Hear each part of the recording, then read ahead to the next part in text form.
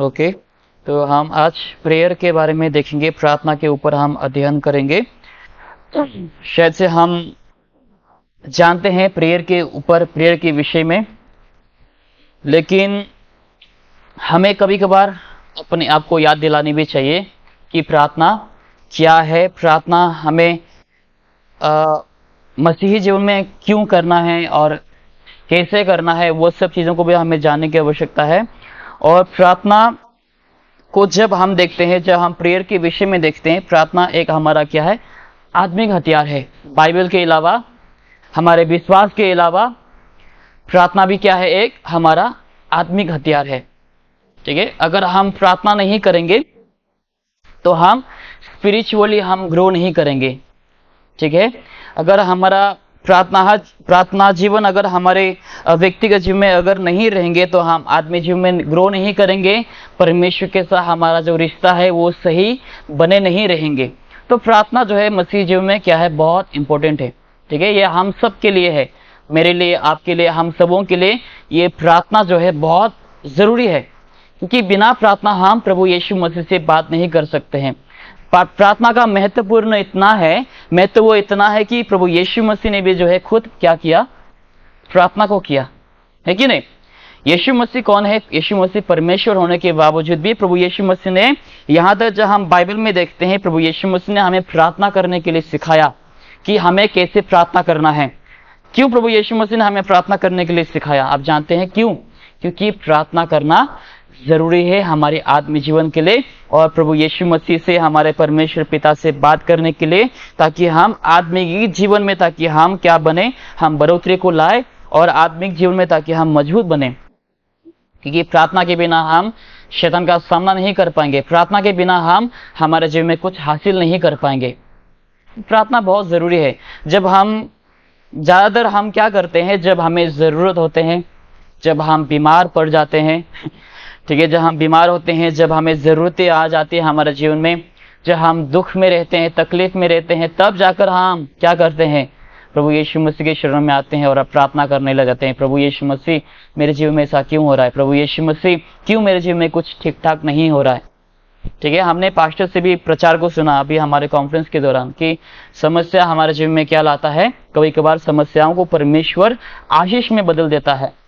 ठीक है, तो जब शायद से हम हमारे अपने व्यक्तिगत जीवन में इतना व्यस्त रह जाते हैं कभी कभार, ठीक है, सुबह से लेकर रात तक, शाम तक, दिन भर हम इतना व्यस्त रह जाते हैं कि हमारे पास प्रार्थना करने के लिए समय नहीं रहता है। हम प्रभु यीशु मसीह को दिन में हम याद भी नहीं करते हैं, जिसके चलते शायद से परमेश्वर कभी कभार हमारे जीवन में बहुत सारे दरार को लाते हैं, बहुत सारे परेशानियों को लाते हैं, ताकि हम प्रभु से क्या कर सके, बात कर सके, प्रार्थना कर सके। क्योंकि इसके लिए, इसका अगर हम प्रार्थना करेंगे, इससे हमारा ही फायदा है, परमेश्वर का कुछ फायदा नहीं हो रहा है यहाँ पर। ठीक है, हमारा ही फायदा है। परमेश्वर चाहता था कि हम प्रभु यीशु मसीह के साथ बने रहे, जुड़े रहे उनके साथ रिश्ते में। जब हम प्रार्थना करेंगे, हम क्या कर पाएंगे, पापों का सामना कर पाएंगे। जब हम प्रार्थना करेंगे, हम साफ सुथरा रह पाएंगे। क्योंकि अगर आप बिना प्रार्थना के आप प्रभु से क्या नहीं मांग पाएंगे, पापों का क्षमा नहीं मांग पाएंगे। क्यों? क्योंकि हम हर दिन पाप करते हैं। अगर मैं प्रार्थना नहीं करूं दिन भर में, इसका मतलब मैं प्रार्थना अगर मैं दिन भर में नहीं कर रहा हूं, इसका मतलब मैं प्रभु से पापों का क्षमा भी नहीं मांग रहा हूं। इससे क्या हो जाएंगे, हमारा आत्मिक जीवन नीचे नीचे दबते जाएंगे, डूबते जाएंगे, पाप में हम डूबते जाएंगे, पापों का क्षमा नहीं मांग पाएंगे। हम हमारा पापों का क्षमा नहीं हो रहा है, इससे मेरा आत्मिक बढ़ोतरी नहीं होगा। तो इसके लिए प्रभु यीशु मसीह ने भी हमें प्रार्थना करने के लिए सिखा कि हमें प्रार्थना किस रीति से करना चाहिए और किस प्रकार से करना चाहिए। ठीक है, इस बात को आप समझना। ठीक है, प्रार्थना क्यों जरूरी है।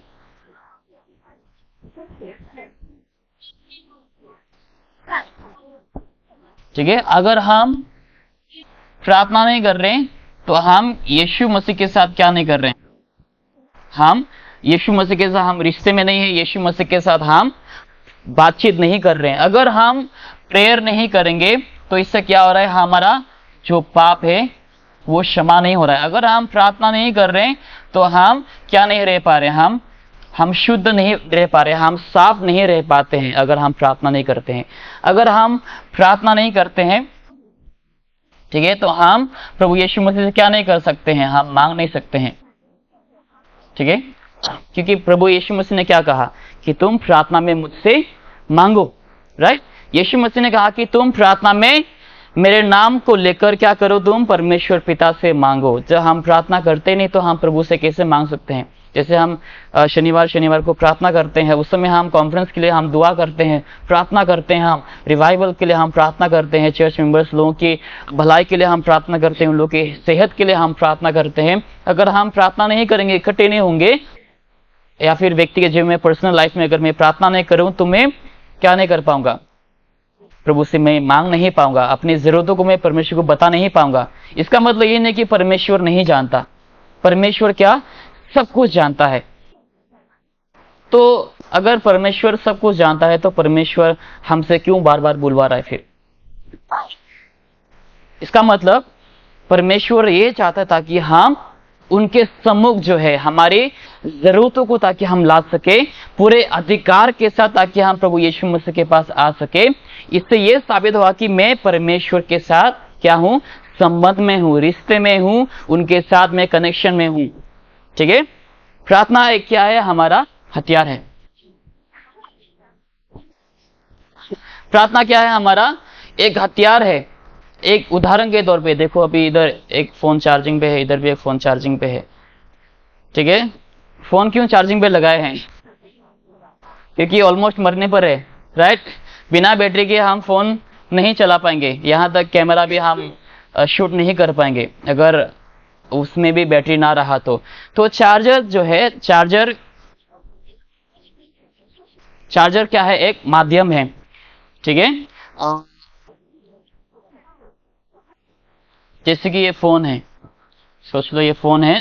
ठीक है, फोन से हम कनेक्ट करते हैं और कहां पर हम कनेक्ट करते हैं, वहां पर, राइट, जहां पर करंट है, जहां पर पावर है, इलेक्ट्रिसिटी जहां पर है, वहां पे हम कनेक्ट करते हैं। जिससे क्या होता है, चार्जर के थ्रू हमारे फोन में क्या आता है, पावर आता है। ठीक है, बैटरी चार्ज होता है। अगर मैं चार्जर का इस्तेमाल ना करूं, या फिर अगर मैं इसके साथ में कनेक्शन में ना रखूं, इलेक्ट्रिसिटी के साथ अगर मैं कनेक्शन में ना रखूं, तो मेरा मोबाइल फोन क्या हो जाएंगे, धीरे धीरे मर जाएंगे और वो खराब भी होंगे अगर हम चार्जिंग पे नहीं लगाएंगे। तो वैसे ही चार्जर क्या है, हमारा एक प्रार्थना, एक माध्यम है जिससे हम क्या करते हैं, परमेश्वर से हम बात करते हैं। ठीक है, परमेश्वर से हम बात करते हैं, ये हम हैं, ये परमेश्वर के लोग हैं। ठीक है, परमेश्वर के लोग हैं। तो जिससे क्या होता है, हमारा रिश्ता बने रहता है, हम परमेश्वर से लगातार हम बात करते हैं।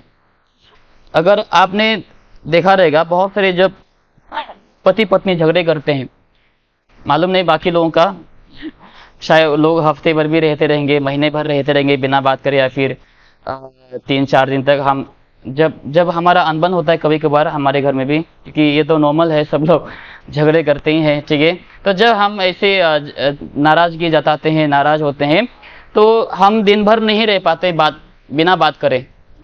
ठीक है, दिन भर हम नहीं रह पाते हैं, कुछ ही घंटों में कुछ ही समय में हम दोबारा बात करना शुरू करते हैं। ठीक है, एक दूसरे को प्यार करना शुरू करते हैं। तो इससे क्या साबित होता है कि उसमें क्या है, प्यार है। क्या है, प्यार है कि मैं परमेश्वर से क्या करना चाहता हूं, बात करना चाहता हूं। अगर आप जिस व्यक्ति से अगर आप प्रेम करते हैं, शायद आप पाप कर रहे होंगे, शायद अगर आपका रिश्ता, ठीक है, आपका रिश्ता और परमेश्वर का रिश्ता, शायद आपके बीच में क्या आ रहा है, रुकावट, पाप आ रहा है। ठीक है, और उसका कारण क्या हो सकता है, वजह क्या हो सकता है, क्यों आप प्रार्थना नहीं कर रहे हैं। अगर आप प्रार्थना कर रहे होते तो आप पापों का भी क्षमा मांगते। अगर आप परमेश्वर के साथ हर समय रिश्ते में बने रहते, बाइबल पढ़ने में, प्रार्थना करने में, तो पवित्र आत्मा भी क्या करता, आपको कन्विक्ट करता, राइट। पवित्र आत्मा आपको हमेशा आपके पाप के बारे में आपको ला देते। जब आप प्रार्थना करेंगे, पवित्र आत्मा आपको क्या लाएंगे आपके सामने। आपने बहुत सारे समय नोटिस करेगा, अगर आप प्रार्थना करते हैं, जब कभी आप प्रार्थना करते हैं, बहुत सारे समय हम शायद पापों का क्षमा नहीं मांग रहे होते हैं। प्रभु यीशु मसीह, मैंने आज ये पाप किया, ठीक है, ये पाप किया, शायद आप ऐसा पापों का क्षमा नहीं मांगते रहेंगे। लेकिन जब प्रे करते हैं परमेश्वर से, शायद उस समय पवित्र आत्मा आपके पापों के बारे में क्या कर देता है, आपको याद दिला देता है कि भाई तुमने ऐसा पाप किया है, पहले क्षमा मांग लो। ठीक है, क्या कर लो, पहले क्षमा मांग लो। तो जब हम पाप में रहते हैं, जहां पापों का क्षमा नहीं मांगते हैं, तो परमेश्वर के प्रति हमारा जो आकर्षण है, परमेश्वर के प्रति जो हमारा प्यार है, जो रिश्ता है, जो रिलेशन है, वो क्या हो जाता है, धीरे धीरे धीरे वो गायब होने लगता है। ठीक है। अगर आप प्रभु से प्यार करेंगे, या फिर प्रभु से अगर आप प्यार करते हैं, तो आप क्या करेंगे, आप प्रार्थना करेंगे, परमेश्वर से आप बात करेंगे, क्योंकि प्रेयर एक जरिया है, प्रेयर एक माध्यम है। जैसे मैंने चार्जर का आपको एक उदाहरण दिया, प्रार्थना एक चार्जर का काम करता है, जिससे कि हमें वो क्या देता है, पावर देता है, सामर्थ्य को देता है, शक्ति को, बल को प्रदान करता है। परमेश्वर, जब हम प्रभु से प्रार्थना करते हैं, परमेश्वर हमारे पापों को क्षमा करता है। जब हम प्रार्थना करते हैं, हम पाप से साफ रहेंगे, हम प्रभु यीशु मसीह से हर दिन बात कर पाएंगे। ओके, एक वचन आप मेरे साथ खोलें, गॉस्पेल ऑफ लूका लिखित सुसमाचार अध्याय 18 में आप खोले मेरे साथ।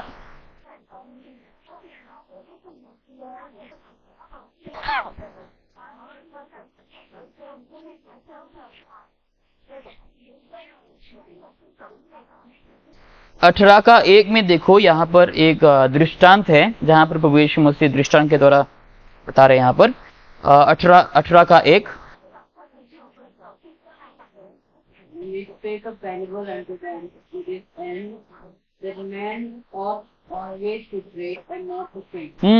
मनुष्य को प्रार्थना करना क्या है, उचित है। यानी कि मनुष्य को प्रार्थना करना बहुत जरूरी है।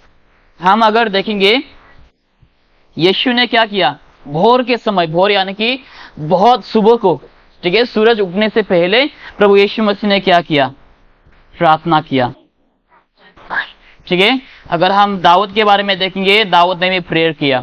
अगर हम दानियल के बारे में देखेंगे, दानियल ने दिन भर में कितना प्रे किया। अगर हम देखेंगे, डैनियल जो है दिन में 3 बार प्रार्थना करते थे। राइट। तो जो भी परमेश्वर का जन है, परमेश्वर के जो लोग हैं, उद्धार पाए हुए जो संत है, उन लोग हर कोई क्या करते हैं, बाइबल में हम प्रार्थना करते हुए हम पाते हैं। हर कोई प्रार्थना करते हैं।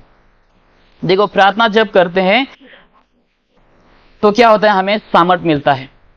ठीक है। अगर हम प्रभु यीशु मसीह के सामने अगर हम घुटने टिकाकर प्रार्थना करेंगे, हम किसके जैसा बन पाएंगे पता है, शद्रक, मेशक और अबेदनगो के जैसा बन पाएंगे। किसी को हम नहीं डरेंगे। अगर हम प्रार्थना करेंगे, हम किसके जैसा बन पाएंगे, दानियल जैसा हम बन पाएंगे। ठीक है। अगर हम प्रार्थना करेंगे, हम पतरस जैसे बन पाएंगे। अगर हम प्रार्थना करेंगे, हम पौलुस जैसे बन पाएंगे। जहां पर जब उन लोग प्रेज एंड वर्शिप करते हैं, जब प्रभु की स्तुति करते हैं, परमेश्वर से उन लोग प्रार्थना करते हैं, परमेश्वर क्या करता है, जब पत्रोस को जेल में डाला गया था, क्या किया, परमेश्वर ने स्वर्गदूत को भेजकर उसके जंजीर को खोल दिया। भूकंप आए वहां पर, और जो जेल का जो द्वार है वो क्या हो गया, खुल गया। राइट। तो हमारे भी जीवन में वैसा ही होंगे। अगर जब हम प्रार्थना करेंगे, हमारे शायद जीवन में बहुत सारे कठिनाई हैं, तकलीफें हैं, परेशानियां हैं, वो सब बाधाओं को परमेश्वर हटा सकता है। राइट। जब हम प्रभु को पुकारेंगे, क्या होगा, वो शादी के जैसे होंगे हमारे जीवन में। शादी में लोगों ने क्या किया, प्रभु यीशु मसीह को बुलाया। उन लोगों के पास द्राक्षरस की कमी थी, लेकिन क्या किया प्रभु यीशु मसीह ने, जब वहां पर यीशु मसीह को बुलाया गया, पानी को प्रभु यीशु मसीह ने क्या किया, द्राक्षरस में बदल दिया। परेशानियों को हटाकर प्रभु यीशु मसीह ने क्या किया, द्राक्षरस में बदल दिया। तो वैसे ही जब हम प्रभु यीशु मसीह के हमारे जीवन में अगर हम पुकारेंगे, प्रभु यीशु मसीह को अगर हम हमारे परिवार में बुलाएंगे, तो ये 100% जो है, हम इसमें हम विश्वास कर सकते कि परमेश्वर हमारे परेशानियों को क्या कर सकता है, हटा सकता है। ठीक है। परमेश्वर हमारे परेशानियों को हटा सकता है।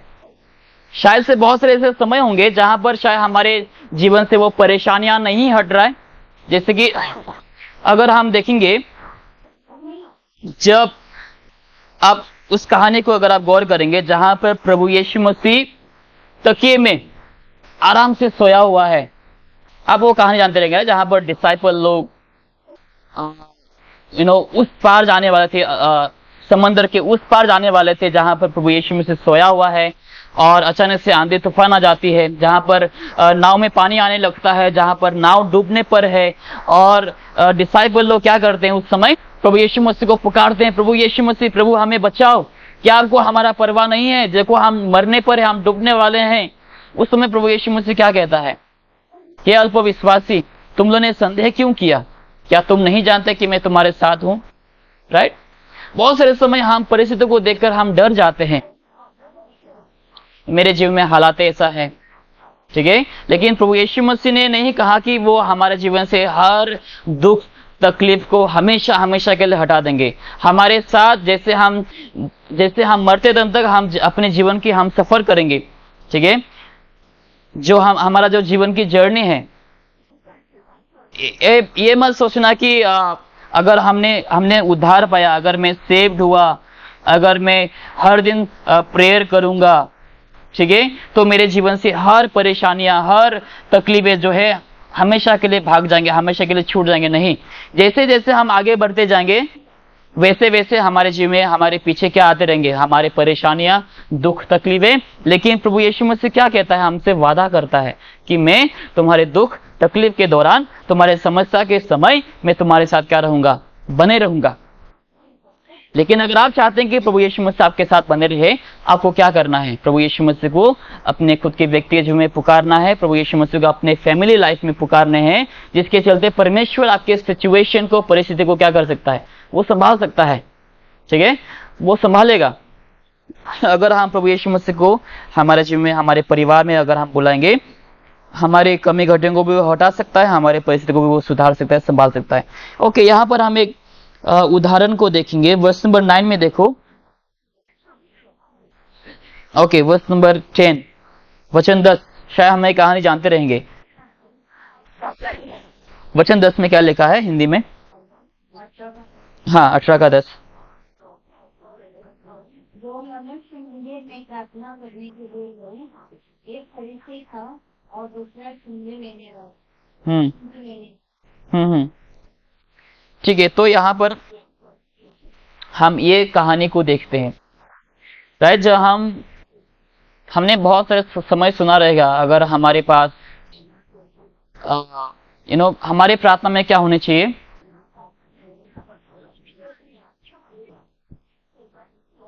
जब हम प्रार्थना करते हैं, हमारे प्रार्थना में क्या होना चाहिए?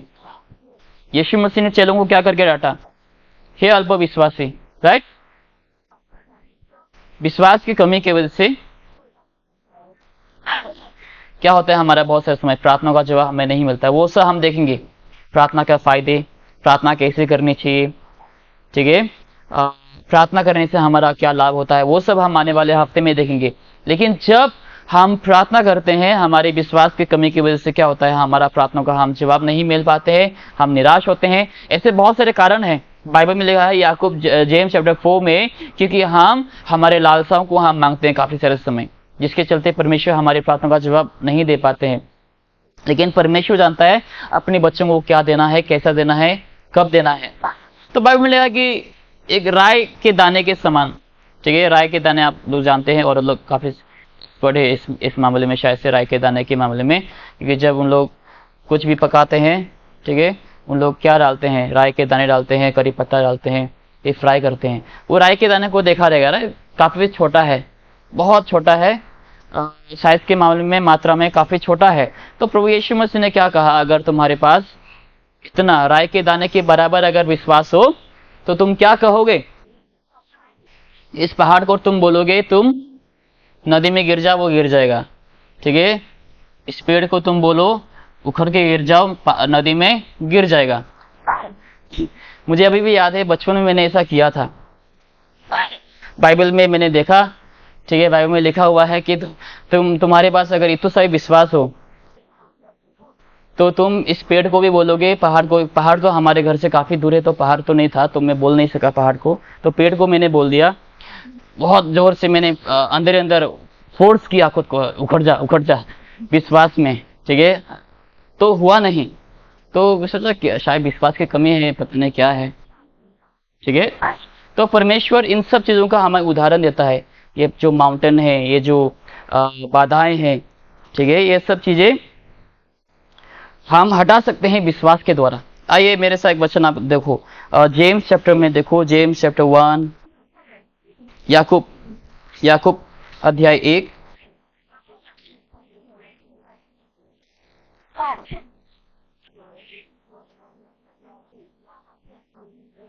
एक का 5।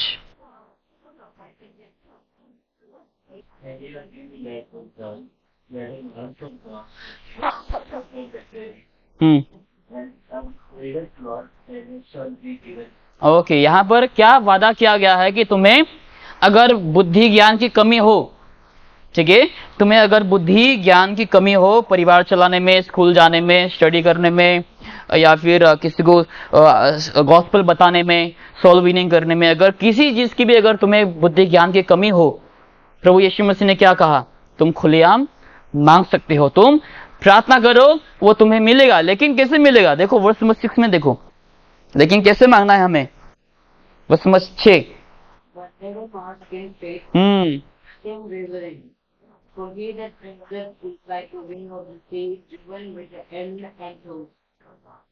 ठीक है, तो वही कैसे मांगना है हमें? विश्वास से मांगना है। अगर हमारे प्रार्थना में विश्वास नहीं है, अगर हम किसी चीज के लिए दुआ कर रहे हैं, मेरे फैमिली के लिए कि मेरे परिवार वाले लोग उद्धार पाएंगे, उद्धार पाना है, मेरे प्रार्थना में अगर विश्वास नहीं है, परमेश्वर वो नहीं कर सकता। बाइबल में लिखा है जेम्स में कि जो कुछ भी हम करते हैं अगर उसमें विश्वास नहीं हो, वो क्या है? वो पाप है। ठीक है, अगर हमारे प्रार्थना में विश्वास नहीं है, जो कुछ भी हम अविश्वास से करते हैं वो सब क्या है? पाप है। ओके, वापस हम लूका में आ जाएंगे। लूका लिखित सुसमाचार 18।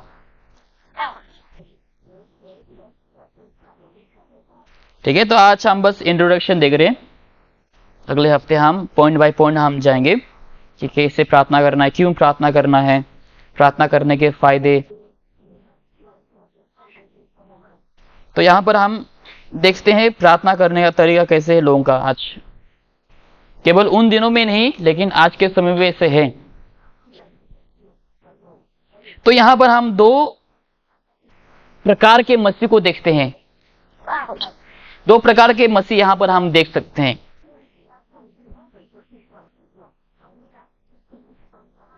और एक बार हिंदी में कोई 10 वचन 18 का 10। जो मनुष्य मंदिर में प्रार्थना कर, एक फरीसी था और दूसरा चुंगी लेने वाला और एक फरीसी। आप फरीसियों के बारे में जानते रहेंगे। उन लोग क्या है? कपटी है। कपटी यानी कि दिखावटी लोग। ठीक है, अपने आप को हमेशा उन लोग क्या समझते हैं? बहुत महान समझते हैं। वो लोग हमेशा अपने नजरों में उन लोग ऊंचे स्थान पे रहते हैं, हमेशा अपने नजरों में उन लोग महान होते हैं। तो वे हैं फरीसी। लेकिन यहां पर हम एक व्यक्ति को देखते हैं जो चुंगी लेने वाला। चुंगी लेने वाला यानी कि क्या है? जानते हैं कोई? चुंगी, हाँ वही। ठीक है, जैसे जक्कई के बारे में हम देखते हैं, जक्कई भी चुंगी लेने वाला इंसान था। तो वैसे यहाँ पर एक व्यक्ति, दोनों व्यक्ति, 2 प्रकार के मसीह यहाँ पर क्या मंदिर में जाते हैं? किस लिए? प्रार्थना करने के लिए। तो दोनों प्रार्थना करते हैं। यहाँ पर हम फरीसी का प्रार्थना को सुनते हैं, जब सुनते हैं बहुत धार्मिक वाला प्रार्थना है, राइट, बहुत महान, सुनने के लिए बहुत अच्छा लगता है। परमेश्वर वो कैसे प्रार्थना करता है, आइए हम देखेंगे। तो अपने जीवन के बारे में बताता है, अपने महानता के बारे में बताता है, कितना बार वो तारीफ देता है, कितना बार प्रेयर करता है, कितना बार फास्टिंग करता है। कौन से वचन में है? वचन 11 देखो क्या लिखा है। The Pharisee stood and prayed thus with himself, God, I thank you that I am not as other men, of extortioners, unjust, adulterers, or even as this publican. Okay, तो यहाँ पर वो क्या कर रहा है? परमेश्वर का वो बढ़ावा नहीं कर रहा है, परमेश्वर की बड़ाई नहीं कर रहा है, लेकिन खुद की बड़ाई कर रहा है वो, कि मैं कितना महान हूं। परमेश्वर, मैं आपको धन्यवाद देता हूं कि मैं उन लोगों के जैसा नहीं, उन लोगों के समान नहीं हूं। परमेश्वर ने हमें कैसे प्रार्थना करने के लिए सिखाया? सबसे पहले हमें परमेश्वर को धन्यवाद देना चाहिए। जब हम गॉस्पेल ऑफ मैथ्यू चैप्टर 6 में देखते हैं, वहां पर यीशु मसीह ने हमें कैसे सिखाया है, हम देखेंगे। गॉस्पेल ऑफ मैथ्यू चैप्टर 6 मेरे साथ खोलें, देखेंगे कि यीशु मसीह ने हमें किस रीति से, जो आउटलाइन हमें प्रभु यीशु मसीह ने दिया कि किस रीति से हमें दुआ करनी चाहिए। हालांकि बहुत से लोग इस प्रार्थना को बार बार दोहराते हैं कलीसिया में, right. Our Father which art in heaven, hallowed be thy name. Gospel of Matthew chapter 6 verse number 9 से हम देखेंगे। वचन 9 में After this man, the Lord prayed, Our Father which art in heaven, hallowed be thy name. वचन 10 से लेकर 13 तक भी पढ़ सकते हो। Thy kingdom come, thy will be done in us as it is in heaven. Give us this day our daily bread. Okay, वो 12-13। Forgive us our debts as we forgive our debtors. And lead us not into temptation, but deliver us from evil. For thine is the kingdom and the power and the glory forever. Amen. क्या यहाँ पर हम कहीं भी देखते हैं कि हमें जो है अपनी खुद की महिमा करनी चाहिए, अपनी खुद की बड़ाई करनी चाहिए कि मैं कितना महान हूँ। मैं इस व्यक्ति ने क्या किया, ये जो फरीसी है, पहले ही सेंटेंस में उसने क्या किया, खुद को तुलना किया, कंपेयर किया दूसरों से कि मैं इस सिस्टर से भी बेहतर हूँ, मैं उस भाई से भी बेहतर हूँ, ठीक है, उस ब्रदर से भी मैं बेहतर हूँ। उसने सबसे पहली बात क्या किया, उसने अपने आप को कंपेयर किया, ठीक है। वहां पर प्रार्थना में कोई नम्रता नहीं, प्रार्थना में कोई सम्मान नहीं, प्रार्थना में कोई महिमा देने वाली बात नहीं, जहां पर परमेश्वर को महिमा मिलनी चाहिए, लेकिन वो खुद को अपने ऊपर क्या ले रहा है, वो महिमा को ले रहा है। तो वैसा हमें प्रार्थना बिल्कुल भी नहीं करना चाहिए। परमेश्वर हम हमारे पड़ोसी से भी बेहतर है, हमें उन लोग से भी ज़्यादा आशीष कर। उन लोगों ने देखो एक कार खरीद ली, हमें उससे भी बेहतर कार खरीदने के लिए मदद कर। उन लोग ने ये बाइक खरीदा, हमें उन लोग से भी बेहतर बाइक खरीदने के लिए मदद कर, क्योंकि हम ज़्यादा ऑफरिंग देते हैं, क्योंकि हम कलीसिया को हर समय जाते हैं, हम सोल विनिंग को जाते हैं, तो हमें बेहतर आशीष चाहिए परमेश्वर। तो उस प्रकार से हमें प्रार्थना नहीं करना चाहिए। यहाँ पर प्रभु यीशु मसीह ने क्या किया, सबसे पहले हमें परमेश्वर की बड़ाई करनी चाहिए, ठीक है, परमेश्वर की हमें बड़ाई करनी चाहिए सबसे पहले। ओके, वापस हम उस वचन पे आ जाएंगे, गॉस्पेल ऑफ लूक 18 में।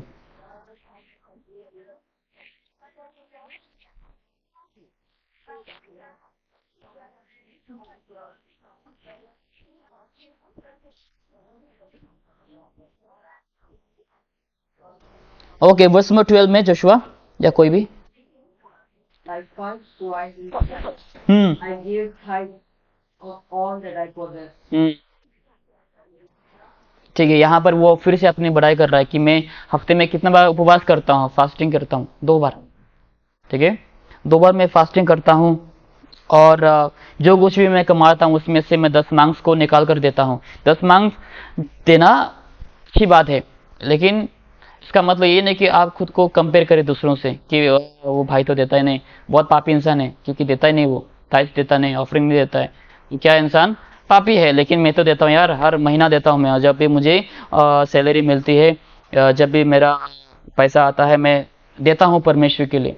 तो हम क्या करते हैं, दूसरों को हम गिराते हैं और अपने आप को हम महान बनाते हैं। प्रभु यीशु मसीह ने क्या कहा, साफ साफ जेम्स में भी लिखा है, और हम पत्रोस में भी देखते हैं, पीटर में भी देखते हैं, प्रभु यीशु मसीह ने साफ साफ क्या कहा है, जो लोग अपने आप को महान करेंगे मैं उसको क्या कर दूंगा, कुचल के नीचे कर दूंगा, उसको मैं नीचे उड़ाऊंगा। लेकिन जो अपने आप को मेरे सम्मुख क्या करेंगे, नम्र करेंगे, मैं उसको क्या करूंगा, एक्सॉल्ट करूंगा, ठीक है। यहाँ पर परमेश्वर किसके सुनेंगे, अवश्य जो जिसके प्रार्थना में नम्रता है, जिसके प्रार्थना में ऑनेस्टी है, जिसके प्रार्थना में सम्मान है, जिसके प्रार्थना में विश्वास है, उस प्रार्थना को परमेश्वर सुनेंगे, ठीक है। तो हमें इस फरीसी जैसा हमें नहीं बनना है, लेकिन हमें एक नम्र व्यक्ति बनना है परमेश्वर के सम्मुख। हमें कैसे आना है, नम्रता से आना है। क्यों, क्योंकि हमें समझनी चाहिए कि परमेश्वर कौन है, ठीक है।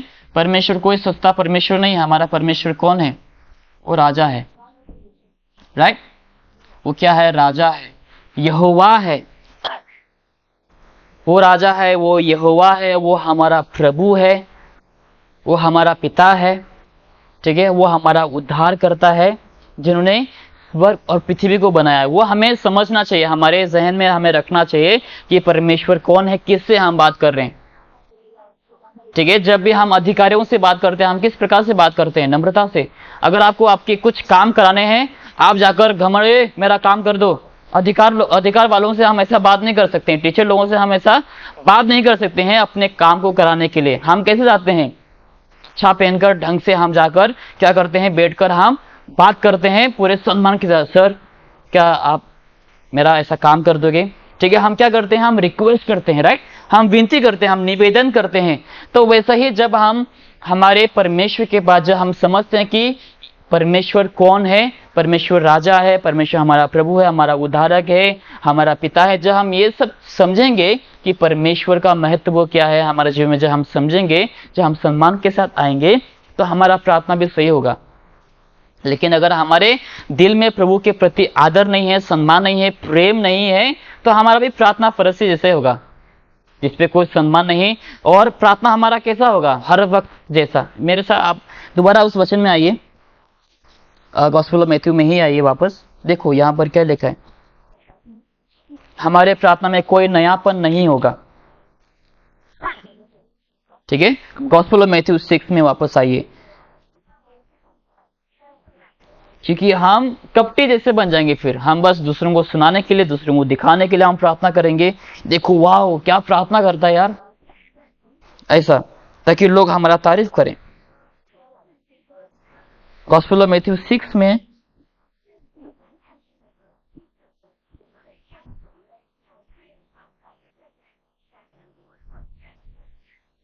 हाँ, ओके या 7 वर्स नंबर 7, यस, 6 का 7।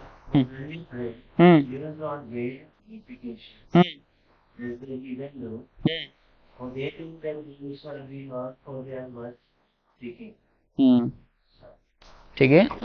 बार बार सेम चीजों को दोहराना, वही वही बातों को दोहराना, नयापन नहीं है।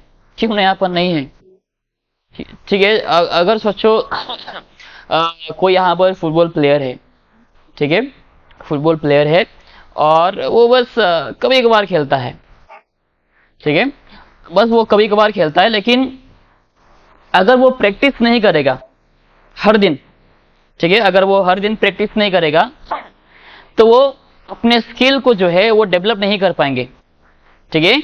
अपनी जो खेलने की जो तरीका है उसको वो क्या नहीं कर पाएंगे, वो डेवलप नहीं कर पाएंगे। जैसा वो खेलता था वो वैसा ही रहेंगे, उससे बाद में क्या नहीं मिलेगा, मौका भी नहीं मिलेगा खेलने के लिए, ठीक है। बहुत सारे ऐसे जो आते हैं गेम वगैरह जहां पर होते हैं, वो वहां पर खेलने के लिए उसको मौका नहीं मिलेंगे। क्यों, क्योंकि उसने प्रैक्टिस नहीं किए, उसका स्किल डेवलप नहीं हुआ, ठीक है, वो हमेशा वैसा का वैसे रहेंगे। तो जब हम प्रार्थना नहीं करते हैं, हमारे शब्दें, ठीक है, हम जो जैसे प्रार्थना करते हैं उसमें क्या रहता है, वैसा का वैसा ही रहता है, नयापन नहीं होता है।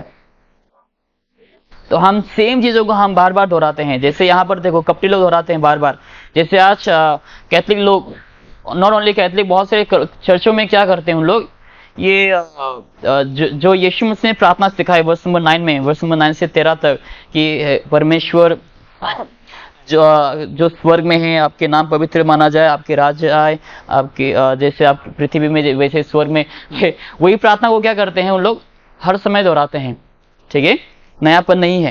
प्रभु यीशु मसीह ने इसीलिए वचन 7 में कह दिया कि तुम एक ही चीज को बार बार मत दोहराओ, जैसे कपटी लोग करते हैं। वर्स नंबर 5 में देखो, चैप्टर 6 वर्स नंबर 5, वचन 2 देखेंगे और हम समाप्त करेंगे। Gospel of Matthew, yes. And when thou prayest, thou shalt not be afraid to pray. For they also pray standing in the synagogue and in the corners of the street, that they may be seen of men. Verily I say unto you, they have their reward. Verse number 6. But thou, when thou prayest, enter into thy closet, and when thou hast shut thy door, pray to thy Father which is in secret. And thy Father who will see it in secret shall reward you openly. Okay, तो यहाँ पर आप अंतर, यहाँ पर भी आप अंतर देख सकते हैं।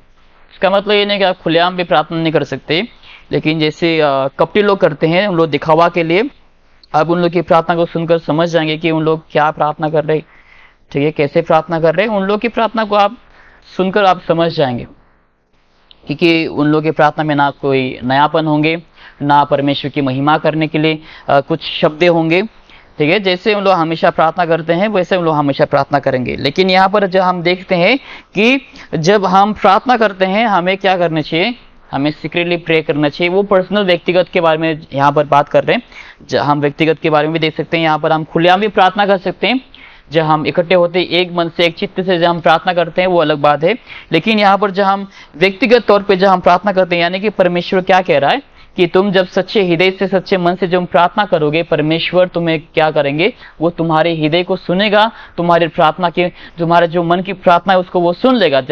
अभी हम ओके, यहाँ पर हम समाप्त करेंगे एक उदाहरण को देकर। वहां पर जो क्या कहते हैं, पैराबल, जो दृष्टांत प्रभु यीशु मसीह ने दिया है, तो वहां पर जो चुंगी लेने वाला वो भी क्या करता है, वो भी प्रार्थना करता है। वो किस प्रकार से प्रार्थना करता है पता है? वो अपनी नजरों को उठा भी नहीं पाता। क्यों? क्योंकि वो शर्मिंदा है, वो गिल्टी है अपने गुनाहों को लेकर, अपने पापों को लेकर, जिसके चलते वो क्या कहता है, वो कैसा प्रार्थना करता है कि परमेश्वर मुझ पापी के ऊपर क्या कर, दया कर। ठीक है, वो सबसे पहले क्या मांगता है? परमेश्वर से क्षमा मांगता है।